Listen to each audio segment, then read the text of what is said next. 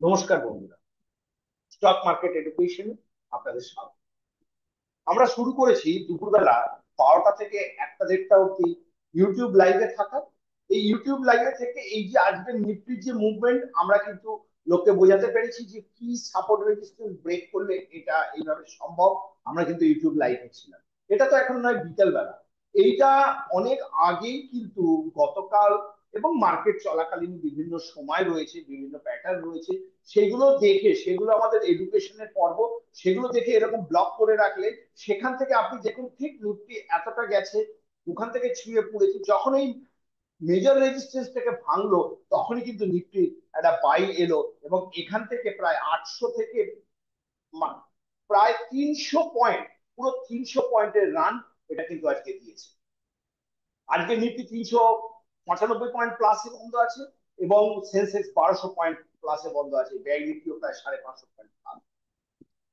আজকে যে যে স্টক গুলো আমরা কালকে বলে রেখেছিলাম, আমাদের একটা টেলিগ্রাম চ্যানেল আছে, সেখানে আমরা কিন্তু এডুকেশন পারপাস বলে রেখেছিলাম এই কটা স্টকের উপরে ফোকাস করলে আপনি দেখুন কি সাপোর্ট রেজিস্ট্যান্স গেছে, সেখান থেকে ব্রেক করেছে। আইসিআইসিআই ব্যাংকও ঠিক সেরকম এই সাপোর্ট থেকে বাই এসছে, এটা ব্রেক করলো, করে তারপরে নেক্সট দিকে চলে গেল। টিসিএস, টিসিএস ও সেই এই সাপোর্ট রেজিস্ট্যান্সটা আপনাকে, এবং এবিও ব্যাংক এই সাপোর্টে রয়েছে।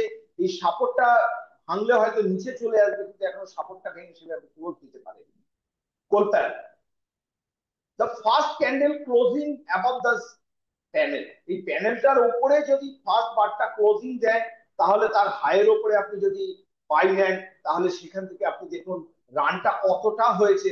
এর রান ছিল 614, 614 থেকে 660, একটা প্রায় 45 পয়েন্টের রান, অনেক বড় ফ্যাক্টর কিন্তু আজকের এই জায়গাটা থেকে দাঁড়িয়ে। ফুল প্যালেট আমাদের আর একটা শেয়ারে দেওয়া ছিল, সেটা ছিল আমাদের টরেন্ট আর ট্রেন্ড। ট্রেনটাকে আমরা দিয়ে রেখেছিলাম, ট্রেনটা আমাদের এই লেভেলটাতে আমাদের বাই ছিল এবং এখান থেকেই এতটা গেছে। ঠিক ওই সিস্টেমটাকেই আপনি যদি ফলো করেন, যে সিস্টেমটা আমরা শেখাই লোকেদের, সেইখানে। তাহলে গতকাল কি রয়েছে, গতকালে আমাদের যেটা রয়েছে টরেন্ট পাওয়ার, এটার উপরে আপনারা একটু নজর রাখবেন। তার সাথে আছে ভোল্টাস, তার সাথে আছে ভিবিএন।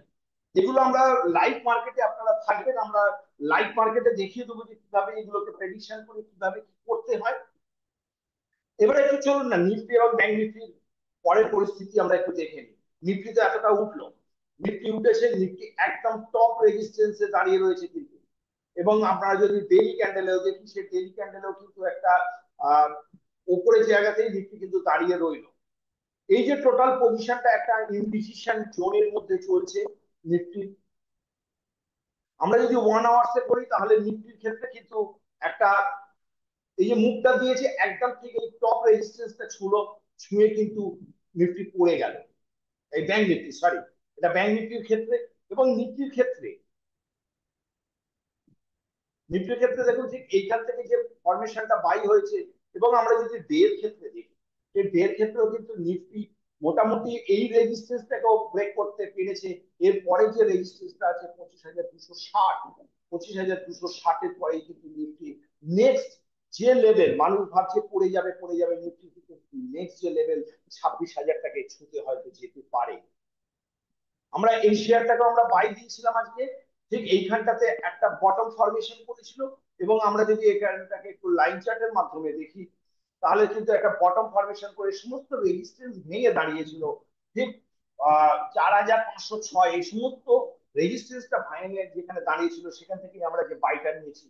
এবং এর যে নেক্সট টার্গেটটাই হতে পারে কিন্তু একদম এই জায়গাটা, 5,683। আজকেই এই শেয়ারটা 4% মতো রান দিয়েছে। তাহলে আগামী দিনের নিফটি এবং ব্যাংক নিফটি যে ঊর্ধ্বমুখী গতি, এই গতিটা আমাদের রোজই প্রায় খেয়াল রাখতে হবে, কারণ মার্কেট এখন একটা সেন্টিমেন্টাল বেসিস কন্টিনিউ উপরে টানছে। এখানে একটা ডাব্লু ফরমেশন হয়েছে, কারণ এইটা ছুঁতে আর বেশিক্ষণ সময় লাগবে না, কারণ এক এক দিন 300-400 পয়েন্টের নিফটির যে রান, সেটাতেই। আর এই অবস্থাতে আমরা কোন কোন স্টক গুলোর উপরে নজর রাখবো সেটাও কিন্তু আমরা একবার একটু দেখে নিচ্ছি। আমরা কিন্তু স্টকে কিন্তু অ্যাক্সিস ব্যাংক আবার একটা হাইয়ের দিকে যাওয়ার প্রবণতা থাকছে। এইচডিএফসি ব্যাংক দুবার লাইফ টাইম হাই করে দাঁড়িয়ে রয়েছে, কিন্তু এই যে সাপোর্টটা 1905, এই 1905টা কিন্তু ব্রেক করে দিলে কিন্তু এইচডিএফসি ব্যাংকের একটা পতন আসতেই পারে বা প্রফিট বুকিং আসতে পারে। যে কন্টিনিউয়াস, এটাকে অনেকটা হেড এন্ড শোল্ডারও লোকে বলে। তাহলে এই নেক লাইন, এই লাইনটা যদি ব্রেক করে 2073 কোটাক ব্যাংক, তাহলে কিন্তু সেটা নিচের দিকে। আইসিআইসিআই ব্যাংক কিন্তু লাইফ টাইম হাই এর দিকে আজকেও চলে গেল। আজকে কিন্তু আইসিআইসিআই ব্যাংকের লাইফ টাইম হাইটাকেও ছুঁলো। এত উপরে গিয়েও কিন্তু এদের একটা আপ ট্রেন্ডের প্রবণতা রয়েছে। তার সাথে কিন্তু এসবিআইও একটা যোগ্য সংযোগ দিচ্ছে। টিসিএস এবারে ধীরে ধীরে ওটা চেষ্টা করছে। টিসিএস এর কিন্তু 23,630 এই লেভেলটা ব্রেক না করতে পারলে টিসিএস উপরের দিকে যাবে না। এটাই ছিল আমাদের আগামীকালের প্রেডিকশন। মার্কেট 400 পয়েন্টের কাছে বন্ধ হয়েছে এবং এইখানটাতে দাঁড়িয়ে সমস্ত সেক্টরে প্রায় একটা পজিটিভ মুভমেন্টের দিকে দাঁড়িয়ে রয়েছে। এবারে দেখা যাক আগামী দিন আমাদের কি হয়। ধন্যবাদ, ভালো থাকবেন। হ্যাঁ, আমাদের কিন্তু টেলিগ্রাম চ্যানেলে লিংক দেওয়া রয়েছে, আপনারা জয়েন করে নেবেন। এবং আমাদের রোজ ইউটিউবের লাইভ সেশন চলছে, সেই লাইভ সেশনে আপনারা যোগদান করুন। ধন্যবাদ।